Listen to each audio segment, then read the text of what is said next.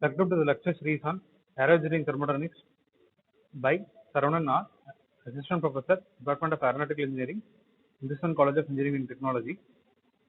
So this Aero Engineering Thermodynamics is especially for the aeronautical engineering students to give a basic idea about the uh, heat transfer, propulsion, and rocket heat transfer. So this is a basic course for the aeronautical engineering to understand the propulsion subjects in the upcoming semesters.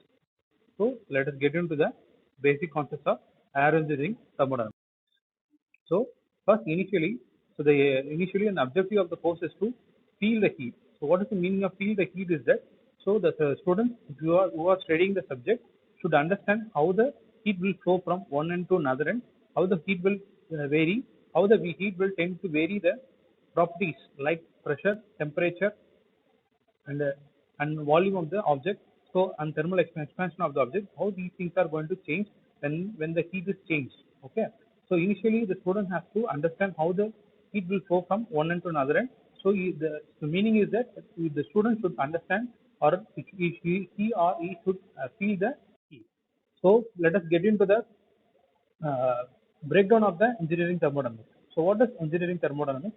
So engineering plus thermodynamics. Engineering is like it's a technical of subject. So the thermodynamics is a branch of science or a branch of science which explains the environment. Okay. So thermodynamics means thermal plus dynamics. So heat power. Okay. So the meaning is that branch of science which deals with the heat and power and movement of the power. That means movement of the heat. Okay. So in this aero engineering thermodynamics, you are going to learn how the heat will be transferring from one end to another end in terms of energy. Heat is also a energy. So power is something which how you are going to convert the heat into a work. Okay. So thermodynamics means science of energy and energy transfer. How you are going to convert your heat to energy. How you are going to convert that energy into a useful work. That is what you are going to study in a engineering thermodynamics. So these are the some application areas of thermodynamics. One is human body. So human body is consisting of numerous systems like lungs, heart, the liver, your blood vessels. So everything is associated with the heat flow. So a lot of thermal fluids will be there. So studying human body is one of the thermodynamics also. Next is air conditioning systems, which we are using in our households or else in industry air conditioning systems. Then our own airplanes. So airplanes, how the energy is transferred from your fuel to a useful work. Okay. Then car radiators, power plants, and refrigerators. Okay. So these are the areas which thermodynamics is largely influential. So understanding thermodynamics which helps us to understanding these areas in a very exponential way. So the substantial knowledge of human body, air conditioning system, airplanes, car radiators, power plants, and refrigeration will be you can attain by understanding the basic principles of a thermodynamics. So next slide. So next is that thermodynamics in household applications. Okay. Normally, we can take the example of a pressure cooker. Okay. So in this pressure cooker, you can see that pressure cooker vessels consist of a liquid vessel, rice, and boiling water and the fire. Okay. So this fire will transfer the heat from a to the vessel of the pressure vessel. Then the heat will be transferred to the boiling water. Once the water is boiled, means then your rice will be cooked. Okay. So this is where you can see the heat is transferring from the wood to the wood to the rice. So to make the rice to cook. Okay. So the reason this is in total thermodynamics flow. Okay. The heat will be thermodynamics. That is what you are going to learn. Okay. Next is the thermodynamics involved in automobiles. So how the fuel is converted to energy. That energy is transferred to the gearbox. Then the energy transferred to the wheels. These are going to how the energy is transferring from fuel to the gearbox. So this is purely a thermodynamics. Okay, because lot of heat involved. Next is the thermodynamics in human body. So human body consists of numerous systems. How these numerous systems helps us to convert the complex macromolecules which we are eating to convert into energy. So that is kinetic energy, the energy which helps us to movement of our body. Okay. So and also we tend to release some amount of heat. Okay, because of the breakdown of the complex macromolecules. Okay. So that involves a lot of thermodynamics. Next, we are going to see the basics of thermodynamics. First, initially, we need to understand how the heat will flow. So the heat only tends to flow from higher temperature to lower temperature. So it is not without any external work, the heat will not be transferring from low temperature to high temperature. Heat will always flow from high temperature to lower temperature. So the basic the thermodynamics is a concept which involves to helps you humans to understand how the heat is transferring from higher temperature to lower temperature. In this example, you can see that a hot coffee is placed in a living room, which is at a temperature of 70 degrees Celsius. Okay, once the hot coffee is placed in 70 degrees Celsius, this hot coffee will release the heat because of the temperature differences between the hot coffee and the environment present in the uh, living room, that is 20 degrees Celsius. So the temperature difference will be 70 degree and 20 degrees Celsius. So the heat will be transferring from 70 degrees Celsius to 20 degrees Celsius. So after a particular point of time, the hot coffee loses its temperature. So it will have a thermal equilibrium with the living temperature. So this is a basic example. You can easily understand it by in your home itself. Okay. So that is very much thermodynamics which involves there. Okay. So next is how we can approach the thermodynamics. Okay, one is macroscopic approach or a classical approach. Next is microscopic approach or a statistical approach. So my macroscopic approach, it is not concerned with the behavior of individual molecules. So in macroscopic approach, you are not going to consider the individual methods, how the individual how the molecules will be behaving when the heat is transferred to the object. Okay, so we are not concerned once you are saying that we are going for a macroscopic approach, means you are not concerned about the behavior of the individual molecules. When you are saying you are going to study the object or a system in a microscopic manner, means that is a statistical approach, means you are going to study the effect of in the molecular motion and effect of a movement of an individual molecules. Okay, so the difference is that it's a difference is mainly integrate mainly reduced to the individual point of interest. So if you want to study in a macroscopic approach, you can carry on. But if you want to study in a microscopic approach, you can also carry on. But the efficient results will be always come from a macroscopic approach, because we are dividing the object into a molecular behavior. We are dividing and understanding the object based upon the molecular behavior. So understanding the molecular behavior will enhance the results outcome results. Okay. So these are the examples I'm going to give you. So macroscopic approach, you are understanding the pressure of the cylinder and temperature of the cylinder. In microscopic approach, it means so movement of the molecules, what is the velocity of the electron, what is the energy level of the lattice. Okay, so this is the macroscopic approach. Next, so next is the thermodynamic systems and control volumes. Okay, so here for studying a certain system or object in a thermodynamic point of view, you need to define your system. So what is system? A system is defined as a quantity of matter or a region or a space which is chosen for study. Okay, so here you can see that it's an arbitrary. So here you can see a arbitrary area which is chosen for the study. Okay, so you can draw a line. So make it as a system. So the line which divides the outside surroundings and the system is called as the boundary. So remaining environment can be called as the surrounding. So this is the way you can easily divide the systems, and you can easily study the particular system. What is the amount of energy which is coming into the system? What is the amount of energy which is leaving out of the system? What is the amount of energy coming into the system? What is the amount of energy leaving the system?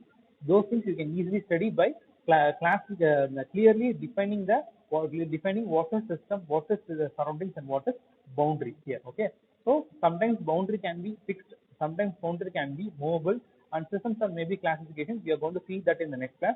So you can see the classic example of thermodynamics, that is hot coffee placed in a living room. So in the hot coffees can be termed as a system. The outside environment can be termed as a surrounding, that is the temperature of 20 degrees Celsius. So the vessel with the hot coffee vessel can be considered as the boundary of the system. So this is the way you have to study the subject or a object or a engine or any other things. You can easily study the subject by dividing the systems into these ways. One is a system, another one is surroundings, another one is a boundary. So next is we are classifying the system into five types. That is closed or non-flow, open or flow, then isolated, homogeneous, and heterogeneous. Okay. So this is the way we are going to study the system in five different ways. Okay. System is a specific region in which the transfer of mass energy can take place. So In the thermodynamic system, two things may added or removed. One is energy, another one is matter. That is mass. Okay. So there can be mass flow, there can be energy inflow and outflow. Okay. So what is closed? What is open system? What is isolated system? What is homogeneous system? What is heterogeneous systems? Those things we are going to see in the next upcoming slide.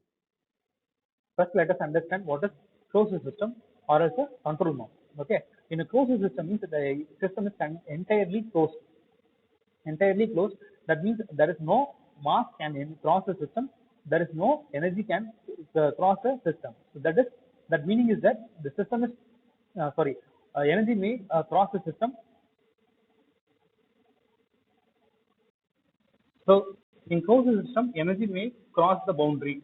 So example, like your boiling of water. Okay, so in boiling of water, or else you can take the pressure cooker. Okay, so the heat energy will be transferred from the your gas or a wood to the vessel. So the vessel will in turn heat the boiled water. Once the boiled water happened, means your rice is automatically cooked. Okay, so here, this is the classic example of a closed thermodynamic system where no mass can cross the system, but only the energy can cross the boundary.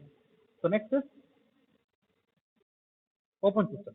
So here open system means it is totally open for mass in and out and energy in and out. Okay, that means mass can cross the boundary, energy can also cross the boundary. So the most of the engineering devices are open system. So engineering devices in the sense your water heater, your turbine, your compressor, everything comes under open system. That is open system. Okay, that is a flow. Okay, so closed system is also non-flow system because there is no mass in and out.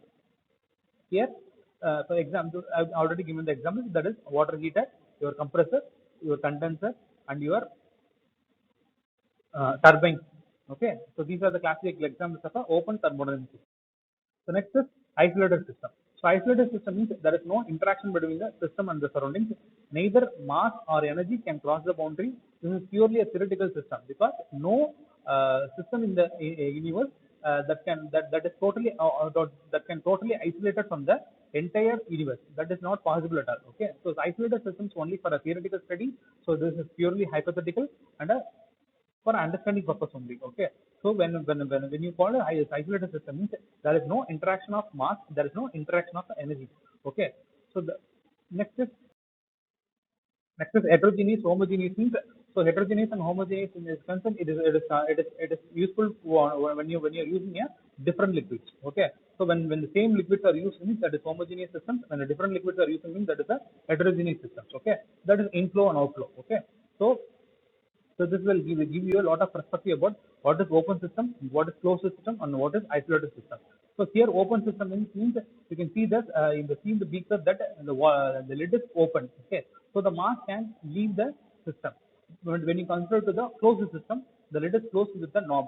Once the knob is closed, means that there is no outcome of outflow of mass.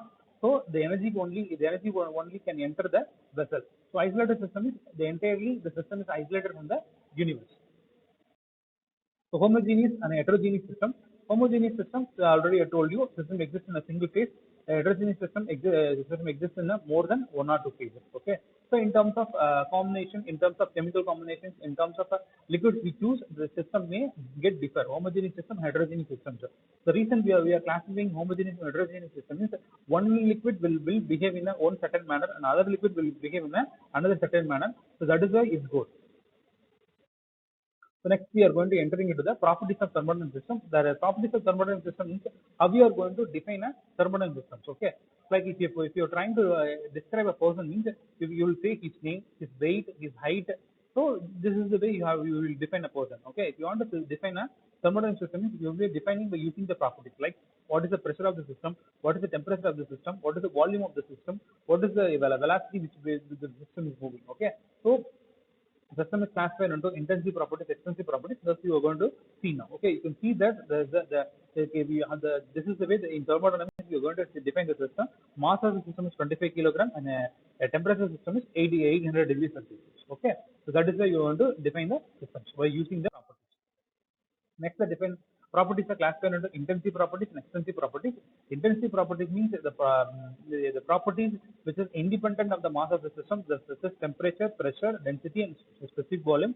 Extensive properties means the property which depends upon the mass of the system, such as volume, internal energy, and enthalpy. Okay. So intensive property is totally independent with the mass of the system, and extensive property is totally dependent upon the mass of the systems. Okay. So what are the properties which coming under the intensive properties? Intensive properties is the temperature, pressure, and density. These temperature, pressure, these are the things which comes under intensive properties. Then your volume, specific volume, density. So these are the things which comes under uh, comes under extensive properties. Okay. So thermodynamic properties: mass, quantity of matter, weight, force exerted on the body, volume, phase occupied with the matter, specific volume, volume per unit mass, specific weight, weight per unit volume, density, mass per unit volume of the substance. Okay. So here you can see that the properties which are totally involved about the volume of the mass of the system, that is classified into extensive properties. The properties which are not defined based upon the mass of the systems means that those are completely coming under intensive properties. So thermodynamic properties you are going to define the thermodynamic properties. Okay, first is temperature, which helps us to understand the degree of hotness or coldness. Pressure, which helps us to understand the force exerted per unit area. Specific heat, which is the energy required to rise or lower the temperature of substances about 1 Kelvin or 1 degree of Celsius. Internal energy, in the energy contained within the system. What is a kind of energy transfer acting the force flow direction. Heat is a kind of energy transfer that is based upon only upon the temperature differences. The enthalpy means total energy of the system, which includes the internal energy and the total heat content of the system.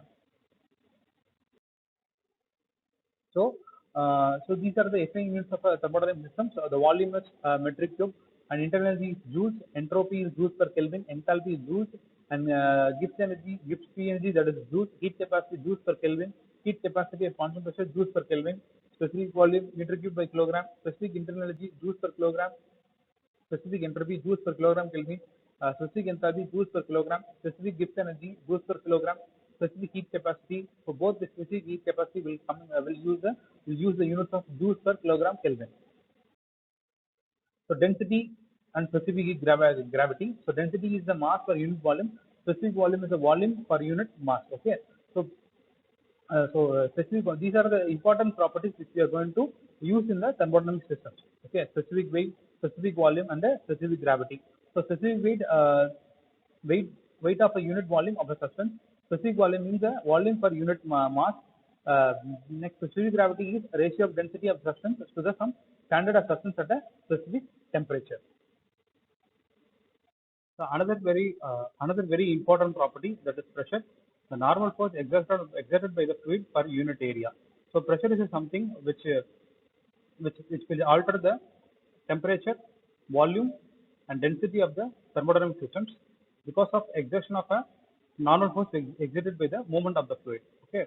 So understanding the pressure is mainly based upon units. 1 bar is equal to 10 power 5 Pascal, and this is the way we are going to use the pressure. So atmospheric pressure is 1 atmosphere is equal to 101.325 kilopascal. So this is how the pressure will be measured. So pressure is something which is exerted by the object or a movement of the fluid flow. Next temperature. Temperature is a measure of degree or coldness. So temperature can be measured by two ways, by two units, one by using Kelvin and another by using degree Celsius. If you want to convert degree Celsius to Kelvin, means you can add 273. So suppose your temperature is like 7 degrees Celsius, means if you want to convert it to a Kelvin, means you can add 273, that is 273 plus 7 means totally in Kelvin will be converted to 280 Kelvin. So what is the difference between temperature and heat? So heat is a form of energy. Temperature is the average kinetic energy of the particles. Heat is measured in terms of calories or joules. Heat is measured in terms of degree Celsius, Fahrenheit, Kelvin. There is no coldness in energy. Temperature is a measure of hot and cold of the system based upon the relative terms.